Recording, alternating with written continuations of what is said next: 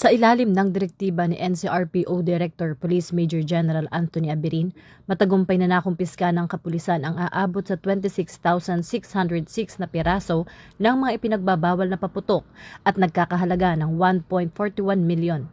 Ang malaking bulto ng mga kontrabandong ito ay bunga ng pinalakas na kampanya at maigting na inspeksyon ng NCRPO sa iba't ibang bahagi ng Metro Manila upang matiyak ang kaligtasan ng publiko bago ang pagdiriwang ng bagong taon.